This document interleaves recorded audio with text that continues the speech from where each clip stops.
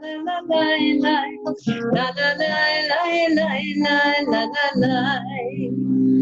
all the sweetness of this Shabbat.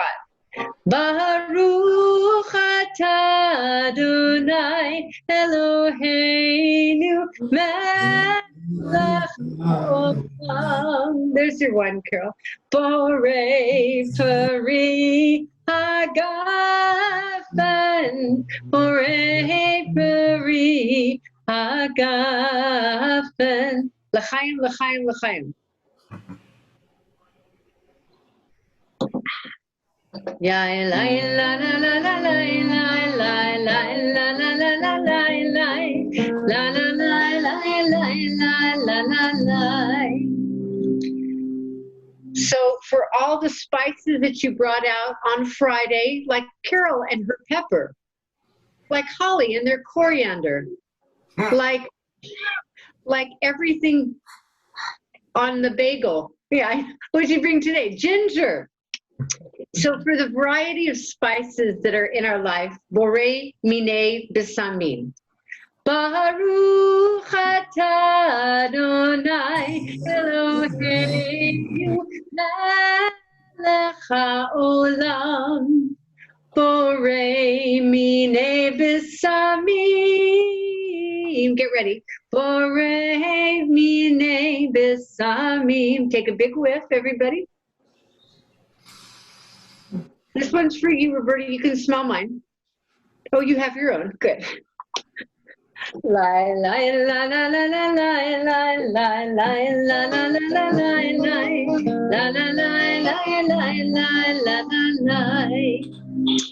And this is this powerful flame. However you have yours. Mine looks like a torch, huh? Like I'm a Jedi. I know. We all are Jedis. So we thank God for the power, for the creating a fire, borei me'orei ha'esh. Baruch atah Adonai Eloheinu melech haolam. Borei me'orei ha'esh. Borei me'orei ha'esh. So I'm going to put that to the side. And before we hear the chat with Deborah Davis about homeschool, I'm going to ask you a question.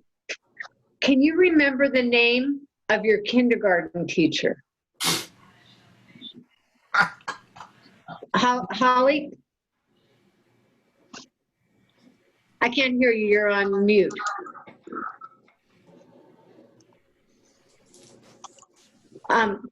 I can't, yeah. Can you hear me now? Yes. I didn't go to kindergarten. Okay, earliest teacher? Mrs. Cleary, first grade. Bob? Mrs. Martineau, kindergarten. Thank you. Joel? Mrs. Whitaker, Which grade? kindergarten. Okay, Rick Snyder? Bob Barker. He was my ceramics teacher in 10th grade. That's about as far back as I can go. Okay, Roy and Sarah? Mrs. Jones, second grade. Which grade was that? Second. I think Okay. Justice was a kindergarten teacher. I didn't hear it, Roy. I think it was a Mrs. Justice. Okay, thank you. Carol, you're on mute. Mrs. Merkel, kindergarten. Roberta? Roberta? Roberta? Mrs. McKay. Mrs. McKay. Okay. Well, mine was Mrs. Becker, kindergarten, at Alice Burney. And now let's just take, with those thoughts in mind, oh, Mario. Mario, who was your earliest teacher you can remember? I can't hear you. Your volume's not on at all.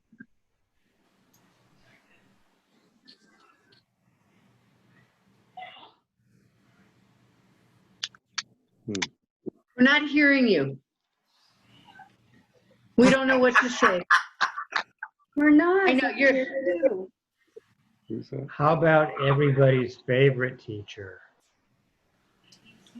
Mrs. Cherry Cone. Oh, good. Mario, we can't hear you. But anyway, with those thoughts in mind, why don't we go to hear what Deborah Davis has to say about homeschooling and the advantages that it's brought to her life. Please pay attention to her and not to me on it. Hello. I want to just welcome you, Deborah Davis, to this conversation with a focus on education. When I think about you and your family that's healthy and well, I think about the word shalom of wholeness. It's how you have kind of create such an intentional lifestyle for mind, body, and soul. You have been homeschooling your beautiful children for quite a while. So I have a couple of questions, and you have the questions too, and I'm just going to walk through them with you.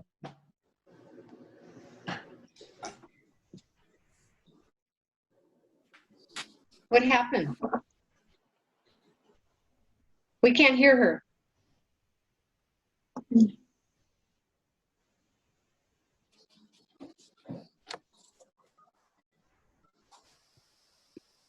Experience at a Waldorf charter school, so it was public. In first grade, her teacher had been teaching older children, and she just started teaching first grade because they go through all the grades and then come back around. Oh. So the way that she interacted with the first graders felt to me more like she was talking to eighth graders. Mm-hmm. And I had multiple meetings with faculty and her, and that was the number one reason. I didn't want her to continue with teachers who were going to treat her that way, and other kids, not just her. The second was exposure to information and news from other kids that was not in my value system. And then the other was just the peer interactions, that the type of interacting with kids, which some people are fine with, was not my preference. So for all those reasons, I decided that starting in second grade on, she's homeschooled. And then Amelia, who's now 13, she has homeschooled the entire time. I also had many friends whose kids had been homeschooling from the very beginning. So I had all that information. I saw that they were all doing wonderfully, and it was pretty easy for me to make the transition because I had so many resources. And so I think we contemplated, does Amelia want to go to the Waldorf kindergarten, and probably asked her, but Matt, my husband, and I talked about it, and we thought, no, she loved being with her sister and all the community we had. So, yeah. So from your experience, what have been the drawbacks on you or your children from a homeschooled education? Yeah, for me personally and my kids, okay, I'll just speak for myself. I don't think there have been any for myself or on my kids. I can see some choices I've made, some people may think that it was a drawback. Like, I slowed my career down a lot. My career could have built up a lot faster, and I could have been working more. But for me, as soon as my children were born, I slowed my work down a lot and focused mainly on being a mother and parenting. Or, again, for some people, less interaction with the children, with their peers on a daily basis. Mm-hmm. But I think there's two things. One, if you're in, right now it's different, but back then, and besides the pandemic right now, there are hundreds of, dozens of homeschool groups out there. So you actually can have your kids be with other homeschoolers every single day if you want to. So that is a myth that they're not going to have social interaction with their peers. for me, we were involved in groups, so they did have interactions with their peers, but it's not like you can just drop them off at school and then they're with their peers. You go with them or arrange groups or go on field trips. So it's more work, but the payoff is totally worth it. So the drawbacks for you and for your kids seem minimal, if existent at all. And the only ones you could give me is what you think others might have projected on you. Exactly. Yeah, and I've asked my kids, and they really can't think of any drawbacks either, except like that, not being able to see their friends every day. But part of that is because, choices that we've made about what kinds of school they want to do. But they did have a lot more interaction with their friends when they were younger. And tell me about the greatest benefits for your children's educational development. When they were younger, we did have a Waldorf philosophy for our home. So we didn't do media. We did a lot of natural toys and cooking and like cleaning, in a fun way, and little toy sweepers for the kids and stuff. So I feel like before second, third grade, it's all about play and relationships. And, so we got all that was school for us, school, cooking, baking, going to the grocery store when they could write, learning how to make lists and, just having fun.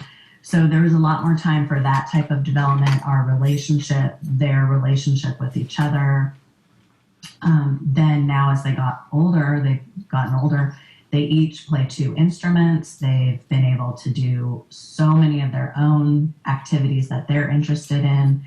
They both have areas where they're activists, and they, they follow their passions.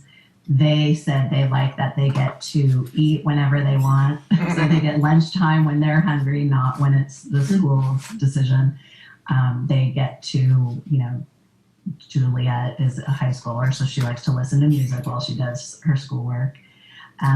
There's more time for them to do advanced things, like if they want to read books that are, college level, or just, art. So many areas where they wouldn't have time to do it if they were in public school.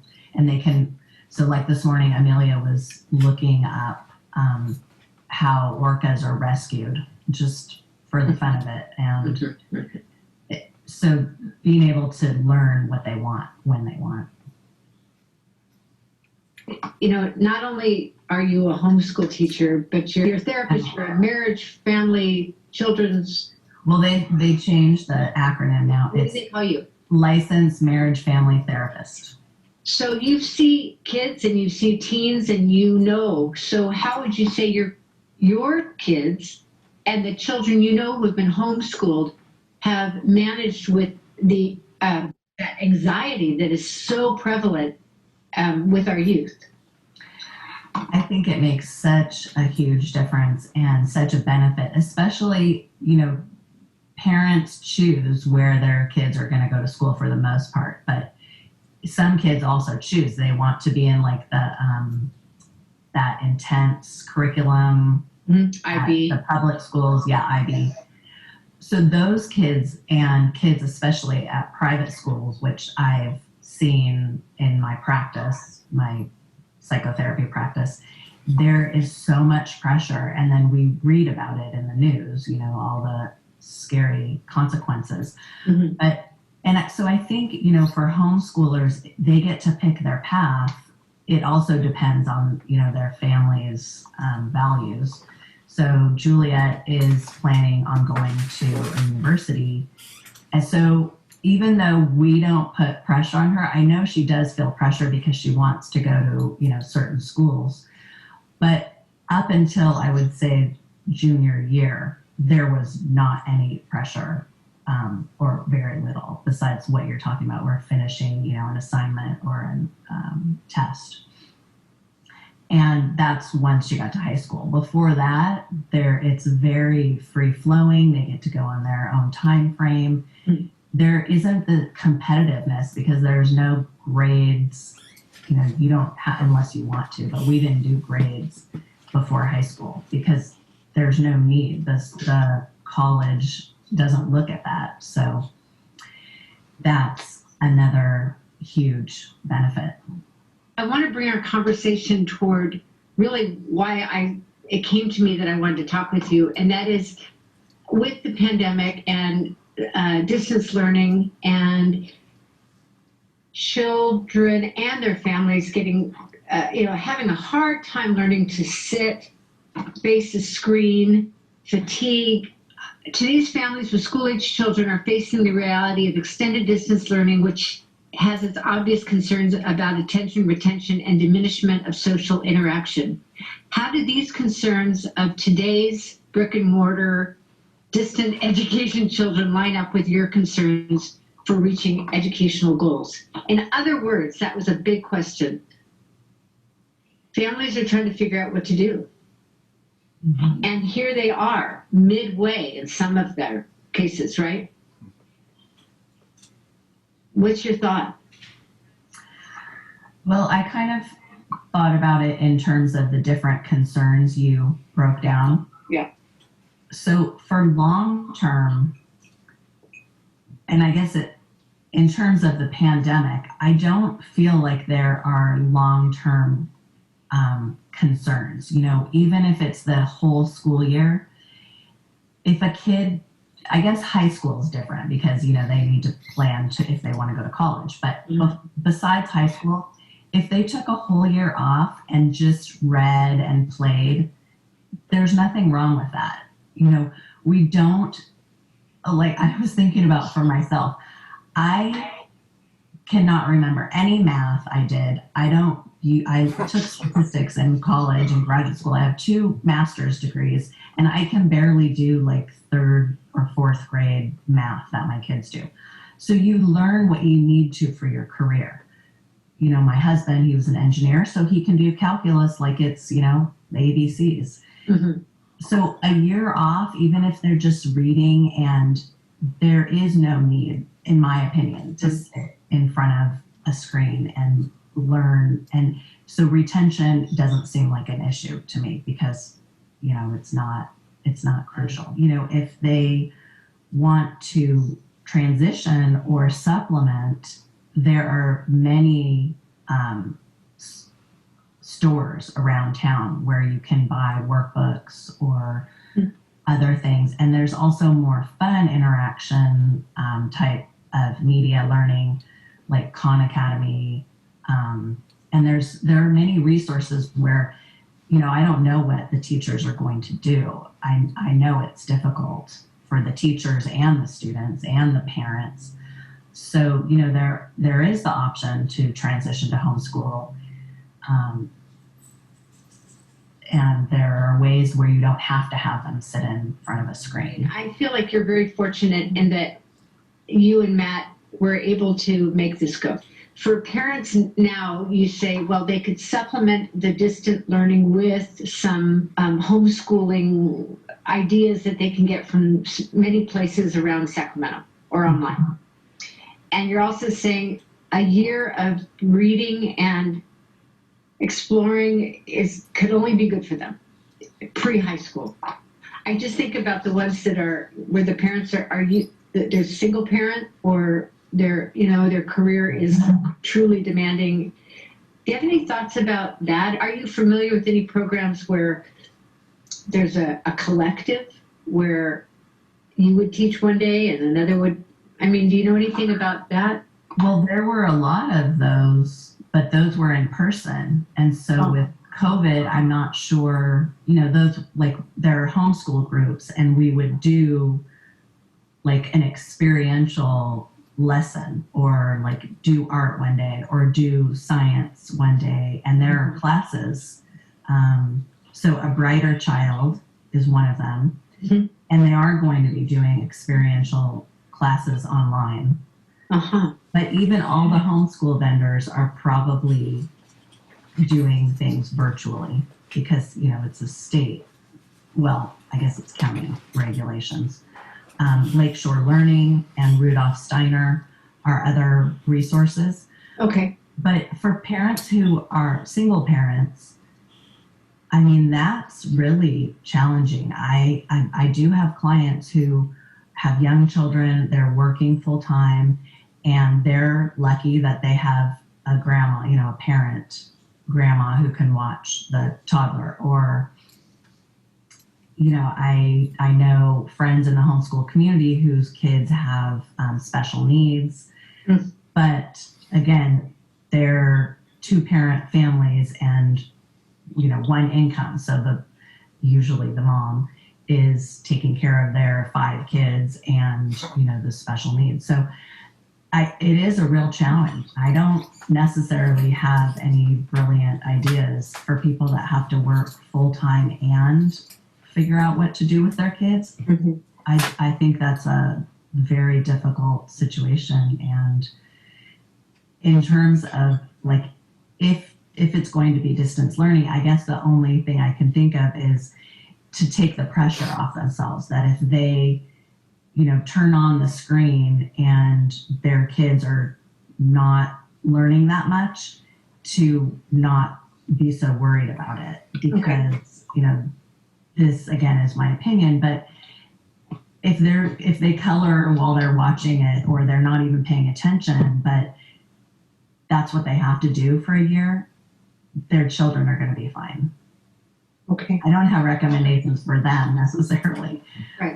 But some of the charters might have in person, but I don't know at this point. Okay. How would you complete the following sentence? If only I had known blank about homeschooling, I would have. I think probably if I had known, one, that I didn't have to be a teacher myself and I didn't have to have the patience of a saint, I would have done it earlier. Wait a minute. I thought you were the teacher. I am and I'm not. I don't have to be. Facilitator? I'm a facilitator. And I think in terms of like I don't have to be I don't have to be educated as a teacher. Like I don't need a teaching credential, which I already knew that, but I was thinking, well, I'm not a teacher. How am I going to teach my kids? But there are so many resources that I, read the book and learn it with them until they get past my grade level. And then there's resources. So There's resources. Yeah. Well, I'm curious about funding for homeschooling. Yes, there is funding. They're trying to. Who's they? The government, the state of California government. Yeah. Trying to pass a bill that would take away funding for charter schools. And I'm not sure on the details of it, but it's basically right now what's happening is instead of funding the schools for how many students there are this year, they're funding for how many students there were last year. But a whole bunch of students have already started enrolling, so that decreases the amount of money the schools have. And when you say charter, does charter equal homeschool? No, you can homeschool through a charter. So some of them are Visions, South Sutter Charter School, Horizon Charter School, Inspire, and Natomas. Those are all charter schools that are homeschools. But then you can also file a private affidavit through the state. And that, in that scenario, you don't get any funding, I don't believe. That's just your own homeschool. But the other ones, you get a certain amount of money per student. So you can spend that on the books, art supplies. Before COVID, gymnastics classes, music lessons. You just have to find a vendor, and there's thousands of them. Can I ask what program you went through? We have been with South Sutter Charter School. Okay. The whole time. Okay. That's kind of important. to know that if you go with a program that's already established, the benefits for a full rounded curricular experience is possible. So is there anything else you'd like to tell us about homeschooling, or are we good? Well, the only thing is that the other benefit is that there are a lot of resources that are free through the homeschool charter. So you have an educational specialist, or they're called something else with different charter schools, but they'll meet with you now online. It used to be in person, and give you recommendations if you want. Then they have a bunch of things online. So there are a lot of benefits of going through a charter school. And then I Googled it, and there's tons of resources online, all kinds of stores and schools and information on how to go about it. And then also I would recommend, if you can, find people who homeschool so you can ask them questions, because that was really the most helpful for me, is asking one of my friends to kind of guide me through the process. Thank you. So on that note, if anyone contacts me saying they would really like to learn more, can I let them speak with you? Yeah, you can give them my phone number or email. Okay. Yeah. All right. Well, thank you. Thank you. And love to your family, and it was a pleasure. My pleasure.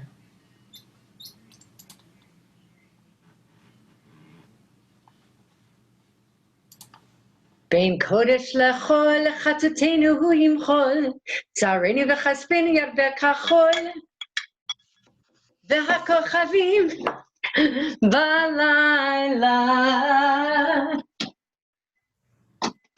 שבוע טוב, שבוע טוב, שבוע טוב, שבוע טוב, שבוע טוב, שבוע טוב, שבוע טוב, שבוע טוב. A good week, a week of peace, make gladness reign and joy increase. A good week, a week of peace, make gladness reign and joy increase. Eliyahu Hanavi, Eliyahu Hatishbi, Eliyahu, Eliyahu, Eliyahu Hagiladi, Bimera veyamenu, Yahava Eleinu, Imashiach ben David, Imashiach ben David. Miriam Hanivia, Oz v'zimra v'yada, Miriam tir koditanu, litagel et ha'olam. Shavua tov, everybody.